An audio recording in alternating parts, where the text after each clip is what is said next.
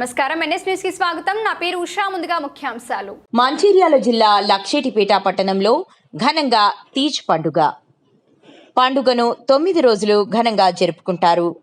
శ్రావణ మాసంలో వచ్చే రాఖీ పౌర్ణిమ రోజు ప్రారంభమై గోకులాష్టమి రోజున ముగుస్తుంది. పెళ్లి కాని అమ్మాయిలు అందరూ పాటలు పాడుతూ నాట్యం చేస్తూ ఈ కార్యక్రమంలో పాల్గొంటారు. ఇందల్ రాథోడ్ మాట్లాడుతూ వెదురు బుట్టల్లోనే కాకుండా మొదుగు ఆకులతో గుల్లగా చేసి అందులో మట్టిని పోసి గోధుమలను చల్లుతారు.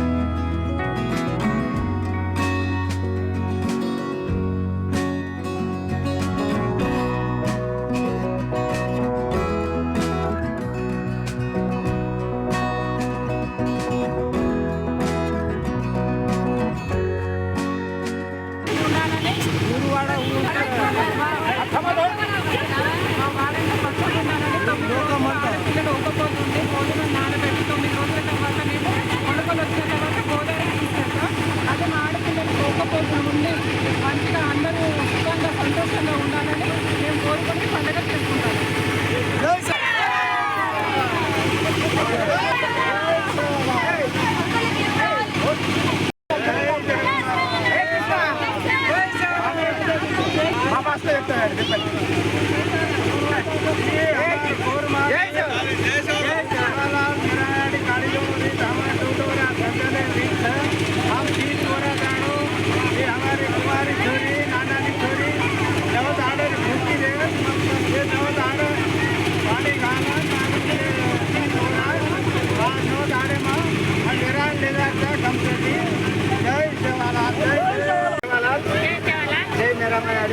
ఏదైతే ఇవాళ ప్రపంచం ఉన్నటువంటి భూలోకం ఏదైతే ఉందో అంతా కూడా ఇవాళ సుశ్యామలంగా ప్రశాంతంగా పచ్చదనంగా ఉండాలనే ఉద్దేశంతో ఇవాళ మా బంజారా ఆడపిల్లలు 9 రోజులు ఒక్క పొద్దు ఉండి ఇవాళ భూలోకం అంతటా కూడా ఇవాళ పచ్చగా ఉండాలి, అందరి ఇళ్లలో పచ్చదనం ఉండాలి అని అందరూ శాంతియుతంగా చాలా భవిష్యత్తులో వాళ్ళు మంచి అభివృద్ధి కావాలని, మంచి పాడి పంటలు పండాలనే ఉద్దేశంతో ఇవాళ బంజారా ఆడపిల్లలు 9 రోజులు ఉపవాసాలు ఉండి ఈ యొక్క మొలకలను ఈద్ పండుగగా ఇవాళ గుర్తించడం జరిగింది.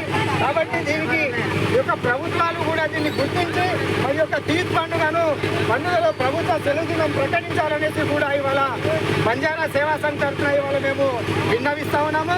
ఏదైతే ఈ ప్రభుత్వాలు ఉన్నాయో ఆ ప్రభుత్వాలు ఇవాళ కేవలం మమ్మల్ని ఓటర్లుగానే గుర్తిస్తా ఉన్నారు. ఈ బంజారాల యొక్క అభివృద్ధిని ఇవాళ నోచుకోవడం లేదు. కాబట్టి ఇవాళ కేంద్ర ప్రభుత్వం అయితేనేమి, రాష్ట్ర ప్రభుత్వం అయితేనేమి ఖచ్చితంగా బంజారాలకు ఇవాళ సేవలాల్ మహారాజ్ జయంతి ఏదైతే ఉందో ఇవాళ రాష్ట్రంలో ఆప్షనల్ హాలిడే ఇస్తా ఉన్నారు.